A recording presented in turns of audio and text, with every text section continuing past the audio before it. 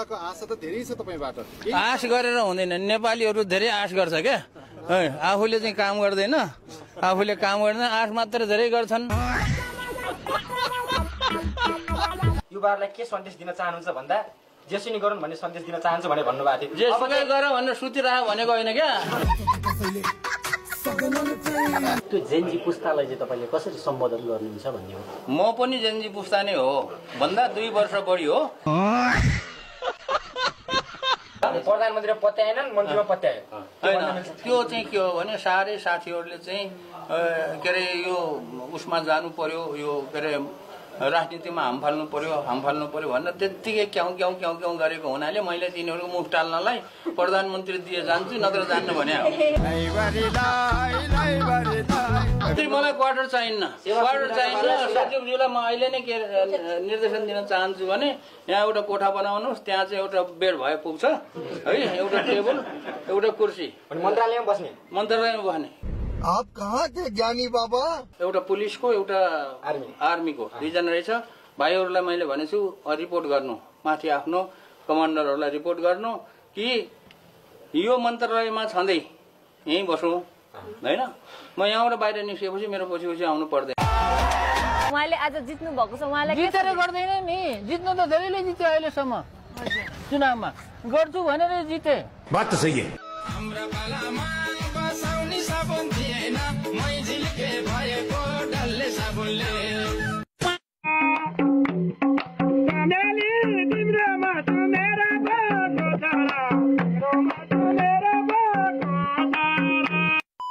अहिले राष्ट्रिय आविष्कार केन्द्रको अवस्था कस्तो छ? साँच्चै नै भन्ने हो भने राष्ट्रिय आविष्कार केन्द्र खोलेको 5 वर्ष भयो।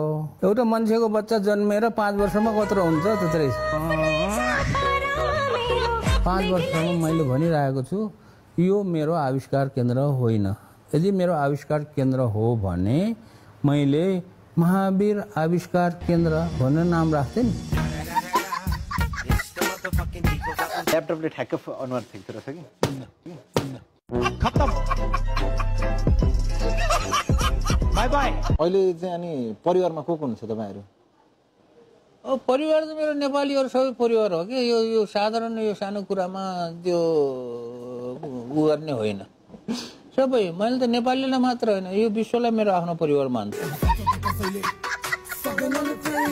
एउटा काम गरिरहनु भएको थियो, इनोभेसनतिर लागिरहनु भएको थियो होइन, बुक लेख्नुपर्छ अब चाहिँ भन्ने चाहिँ के कारणले ड्राइभ गर्यो? त्यो कुरा त्यो बुकमा छर्लङ्ग सुरुको पेजमा चाहिँ छर्लङ्गै पारेको छु। कसैले महावीर पुनलाई गौतम बुद्ध हो भनेर नठान्नु। तिमीहरू अहिले पो फेसबुकमा छ र त्यहाँ कहाँ छ के छ मैले भेटेर कुरा गरे ठोक्न पाइँदैन। मेरो अगाडि मलाई यो भनिस् भने म ठोकिदिन्छु।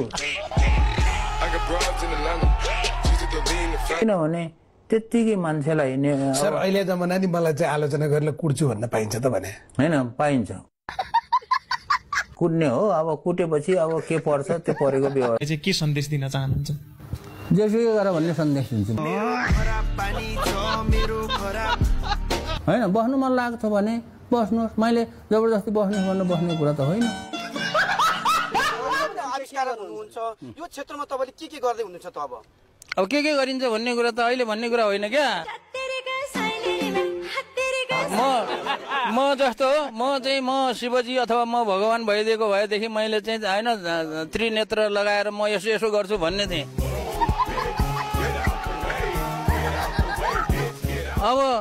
अब जर यहाँ आएर मन्त्री भइएको छ।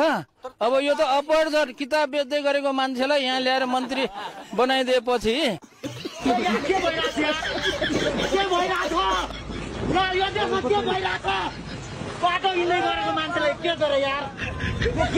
अब सम्माननीय ज्यूहरूसँग फोटो सेसनमा सहभागी हुनको लागि नवनियुक्त माननीय मन्त्रीज्यूहरूलाई हार्दिक अनुरोध गर्दछु। अपरझट अब अहिले नै यो गर्छु भन्ने कुरा नै नसोध्नुहोस् तपाईँहरूले। पहिलो काम चाहिँ मन्त्रालयमा गएर अब के छ त्यो कुरा बुझ्ने हो। त्यो कुरा मलाई कसैले पनि गिफ्ट नदेऊ भन्छु, गिफ्ट दिन्छ, दियो भने मैले बेचिदिन्छु, त्यही हो। खास कुरा के हो भने म र गल्लीको कुकुरमा फरक छैन। किन सिर ऊ 4 खुट्टे भयो म चाहिँ 2 खुट्टे भयो। आजको कार्यक्रम के छ आजको कार्यक्रम धर्ना बस्ने छ। यहाँ कोही यस्तो कार्यक्रम हुँदैन। जसलाई जे बोल्नु मन लाग्छ बोल्ने, बाटोमा बस्ने, भात खाने, अब मोमोसम्म के ल्याएर खाजा साजा खाने होइन, मजासँग चाहिँ धर्ना गर्ने, यो हो त्यो तरिका। आविष्कार अनुसन्धानको लागि नारा लगाउने होइन, अनि जतिसम्म बस्न मन लाग्छ बस्ने, अनि चाहिँ अल्छी लाग्यो भने जाने। चाहिँ सेवा सुविधाहरू छोडिरहनु भएको छ, हजुरको केही छ त्यस्तो मन्त्रीहरू बन्दै गर्दाखेरि? अब सेवा सुविधा मलाई केही पनि चाहिन्न। म चाहिँ अब मन्त्रालयमै बस्ने हो, त्यहीँ ओछ्यान लाउने हो, त्यहीँ सुत्ने हो। जनताले निशुल्क शिक्षा पाउँछन् त अब मन्त्री हुँदाखेरि? अरे म मन्त्री हुँदैमा निशुल्क शिक्षा कसरी दिने? म भगवान हो र भनेको।